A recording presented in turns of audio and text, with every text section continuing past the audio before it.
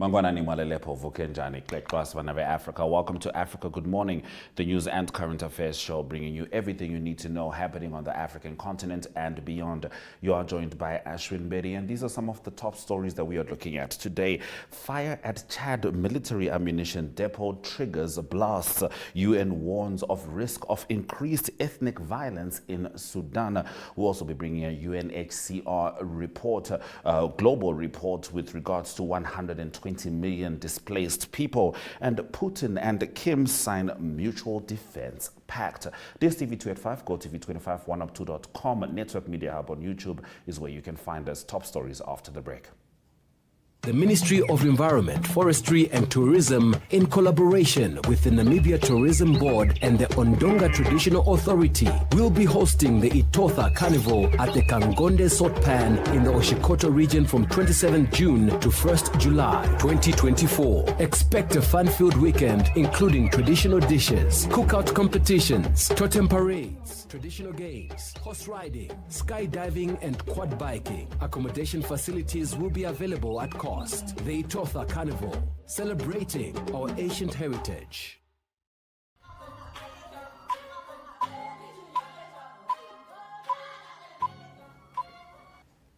And today is World Refugee Day. We'll dig in more on that a little later. But for now, let's get straight into the top stories. A huge fire at a military ammunition depot in Chad has killed at least 9 people and injured 46 others, the health minister has said. The death toll was in danger of rising as many of those wounded were in extreme serious condition, Ahmadajid Abderrahim told journalists. Now, the explosions from the depot in the Goji area of the capital Jamnena lasted for about half an hour overnight. Video footage showed them lighting up the night sky, with witnesses saying they could be heard miles away.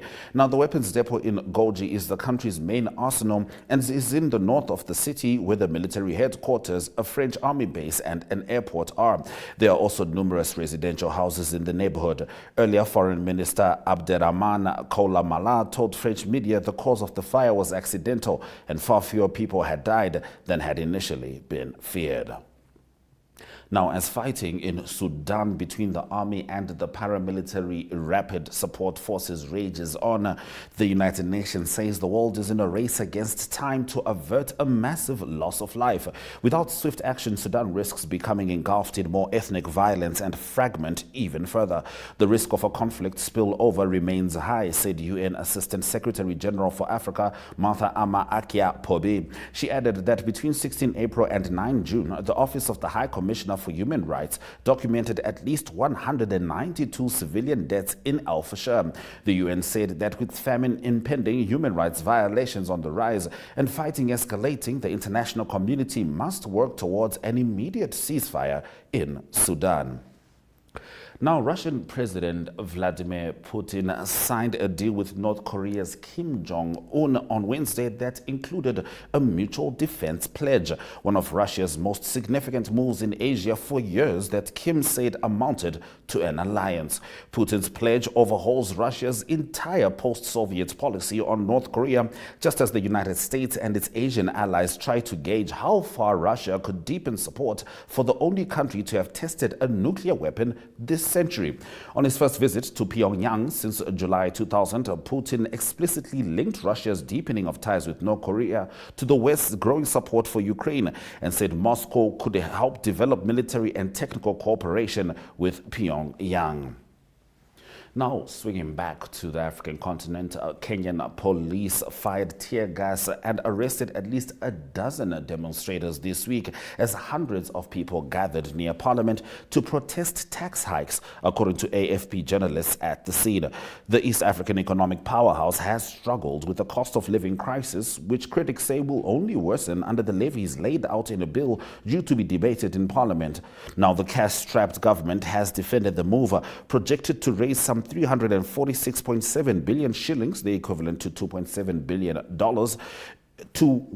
which is 1.9% of GDP, as a necessary measure to cut reliance on external borrowing. Hundreds of black-clad protesters marched towards Parliament in the capital Nairobi's business district, but were kept back by police officers lobbing tear gas at the crowds. As the reality of South Africa's political situation continues to unfold, Ramaphosa vows a new era at his inauguration. South Africa has begun a new era, President Cyril Ramaphosa announced as he was sworn in for a second full term in office. He remains in office even though his party, the African National Congress, failed to secure a majority in parliament during last month's election. The ANC subsequently made a deal with its longtime rival Democratic Alliance and other parties to form a coalition government. Ramaphosa hailed this government during his inauguration speech, but also warned that unless it addressed deep inequalities, the country could become unstable. Through the ballots that they have cast, the people of South Africa have made plain their expectation that the leaders of our country should work together. President Ramaphosa, 71, said they have directed their representatives to put aside animosity and dissent, to abandon narrow interests, and to pursue together only that which benefits the nation. He also said, those have been our top stories on Africa. Good morning. After the break, we talk about World Refugee Day as well as the UNHCR Global Report. Voting now open. The Best of 061 Express Followers' Choice Awards. By voting, you stand a chance to win your share of 50,000 Namibian dollars in cash from the 4th to the 23rd of June 2024. Do you know the best of the best in Windhoek? It's time to recognize them. Living in Windhoek, DIY home improvement. Glam it up, eating out, food, drinks, and be merry. Services, automotive, shopping, babies and kids, and travel and leisure. To vote, save the number 085 785 6231 and WhatsApp hashtag 061 Express or scan the QR code.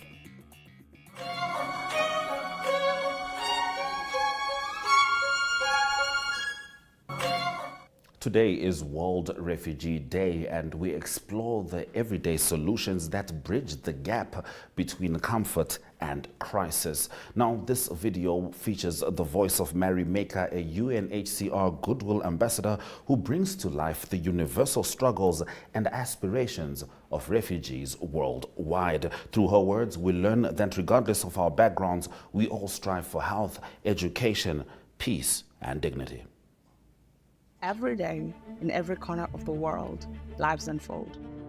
Some in comfort, others in crisis. Just like you, I work hard to make a living. From high-rise buildings in cities to refugee camps around the world, our struggles are similar. We all want to stay healthy, whether visiting our doctor or receiving care in emergency shelters. Education is a doorway to the future, essential for all of us, whether through digital screens or classrooms. Like you, I want my home to be peaceful, filled with hope and dignity. The voice you've been hearing, it's mine. My name is Mary Maker. I'm a refugee, but I'm also a university graduate, a public speaker, activist, and a writer. This is my reality. It could also be the reality for the 120 million forcibly displaced people. We all dream of the same thing: jobs, healthcare, a home, peace. Be part of the solution.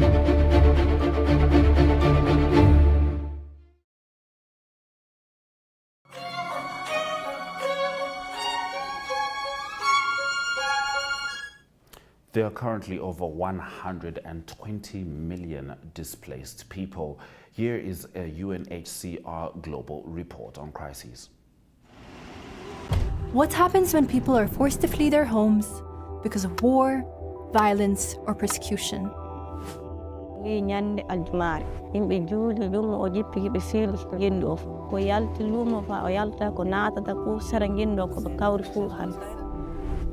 Աչքներս ոչ մի բան չի տեսնում, ինչ են թողել, ինչ ա մնացել, թքած ամեն ինչի վրա կարելի որում ենք սաղով. 120 million people are now forcibly displaced around the world. Millions of lives uprooted. Each number tells a story. This is Global Trends. Every year, UNHCR, the UN Refugee Agency, compiles and shares key statistical trends and data on refugees, asylum seekers, internally displaced, and stateless people worldwide. The figures include Palestinian refugees under the mandate of UNRWA, As violence and conflicts rage on, civilians across the world continue to pay an unacceptable price. In 2023, fighting broke out in Sudan's capital, Khartoum. More than 10 million people are now displaced following continued violence. Most of them have fled to safer areas of the country, while 1.9 million fled across the region to Chad, Ethiopia, South Sudan, Central African Republic, and Egypt. But I don't know what gets them to this fight. It is really meaningless. No words to say about it. It was horrible. It was a horrible war.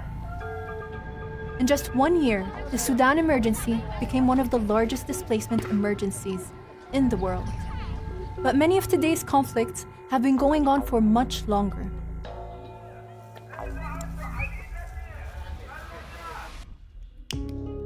After more than a decade, 7.2 million Syrians remain internally displaced, while over 6 million are refugees.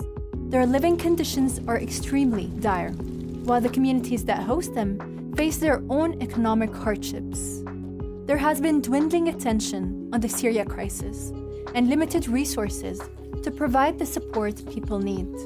When earthquakes hit Syria and Turkey, which hosts millions of Syrian refugees, the humanitarian situation became even worse for families already struggling to cope in both displaced and host communities. كانت كتير صعبة وخوف ورعب. عفنا بيوتنا، عفنا أملاكنا، أرزاقنا. اضطريت إنه عندي واحد من الأولاد هذا الكبير كان صف 8، اضطريت أطالعه من المدرسة مشان يكفي شغل ومشان يلحق مصروف بيت والأولاد. In Afghanistan, over 4 decades into the humanitarian crisis, the situation is complex.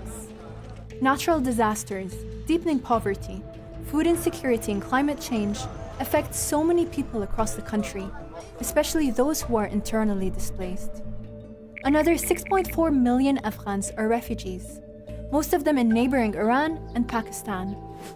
In the Americas, the number of refugees and migrants crossing the Darien jungle between Colombia and Panama on foot in 2023 was more than 500,000, the highest ever recorded. But did you know that the majority of people forced to flee conflict remain in their own country? 68.3 million people are internally displaced around the world. This is an increase of 50% over the last 5 years.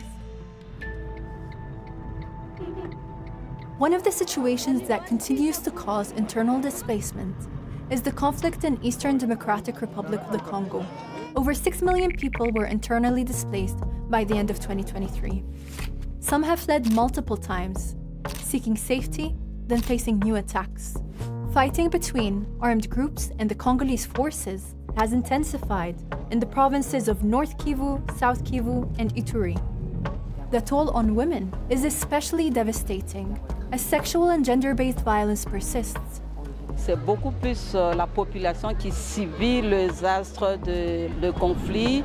Il y a la séparation de famille, il y a des enfants qui ne vont plus à l'école, il y a la nourriture qui est devenue très compliquée. Les gens vivent aux dépens de l'assistance humanitaire.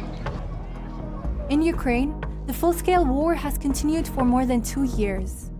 9.7 million people were displaced from their homes by the end of 2023, including both refugees and those who are internally displaced. Now, fighting has again intensified, and more people are forced to flee as they struggle to survive and rebuild. In Gaza, the unfolding humanitarian crisis is unprecedented. Nearly the entire population has been forcibly displaced and struggling to survive. Nowhere is safe. These are not just numbers. These are people's lives. A reminder that more needs to be done to find meaningful solutions and ultimately to make peace a reality around the world. Wars can end. People can rebuild their lives with the right support. More than 5 million internally displaced people and more than 1 million refugees returned home in 2023, and those still in exile can find hope and opportunity in the countries that welcome them. Y llegó el correo donde decía que puedo acudir a las oficinas de la Secretaría de Relaciones Exteriores a recoger mi documento como carta de naturalización como refugiado. Y yo, wow, no lo puedo creer. Refugees are going to school, finding jobs, starting businesses, and contributing to their communities. If every refugee or displaced person is given equal access to the educational system, I believe development is going to speed up in the world, because refugees carry a lot of energy, they carry a lot of knowledge that we are unable to tap from. In 2023, more than 32,000 people acquired citizenship or had their nationality confirmed in 29 countries. Communities like the Pemba, who were once stateless in Kenya, now hold a legal identity. No, nisikia mapepeo ya kujulikana na kutambuliwa kama raia rasmi wa nchi hii ya Kenya. Yani tumezungua a new chapter. What happens when the world is committed to finding solutions for people forced to flee, host communities, and stateless people? How can we do more to offer hope when there is so much despair? To find out more, go to unhcr.org/global trends and share this video to help others see the stories behind the numbers.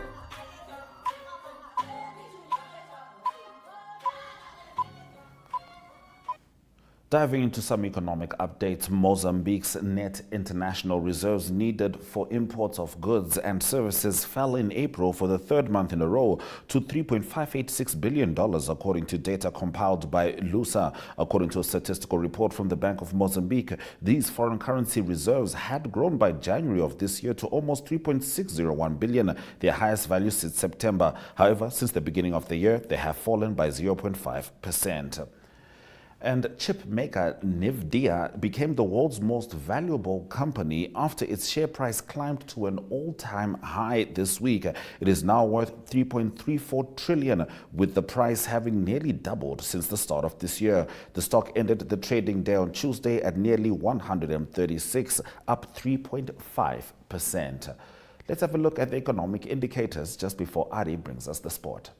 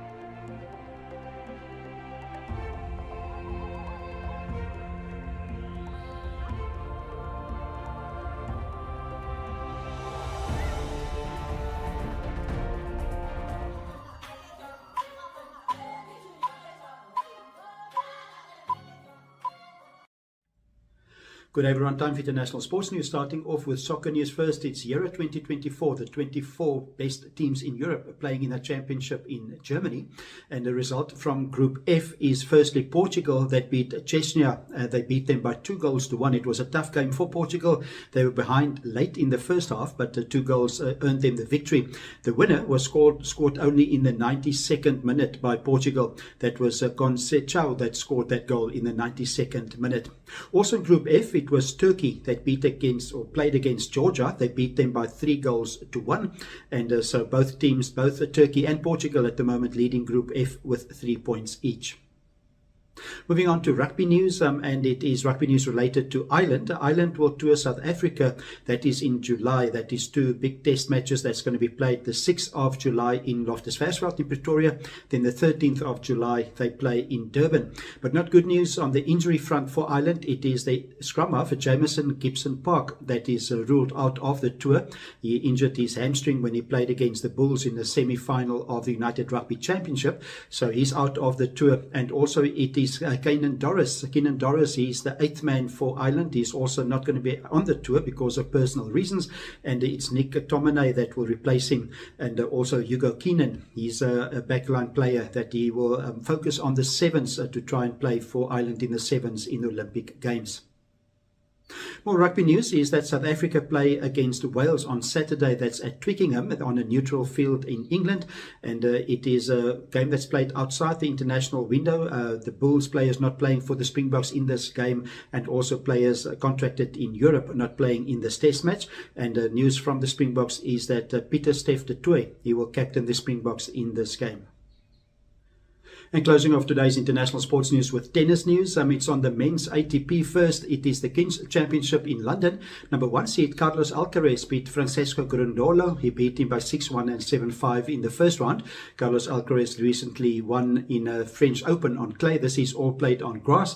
And then also now 5-time champion Andy Murray. He was too strong for Alexei Popyrin. He beat him 6-3, 3-6 and 6-3 to advance to the second round.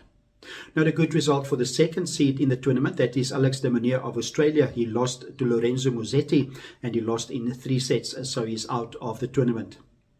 On the women's WTA, there's also the Berlin Open, or the German Open, they also call it, being played at the moment. And result there is that Quinyan Zheng, she's from China. She beat Naomi Osaka. She's a 3-time major winner as well. She beat her by 6-4, 1-6 and 6-3 to advance to the second round. And also it is not a good result for German Angelique Kerber. Angelique Kerber, she lost to Linda Luleski, and she lost by 7-5, 2-6 and 6-4 to be out of the German Open. That's international sports news for today. Hope you have a great sport day, and we talk international sport again tomorrow. Goodbye.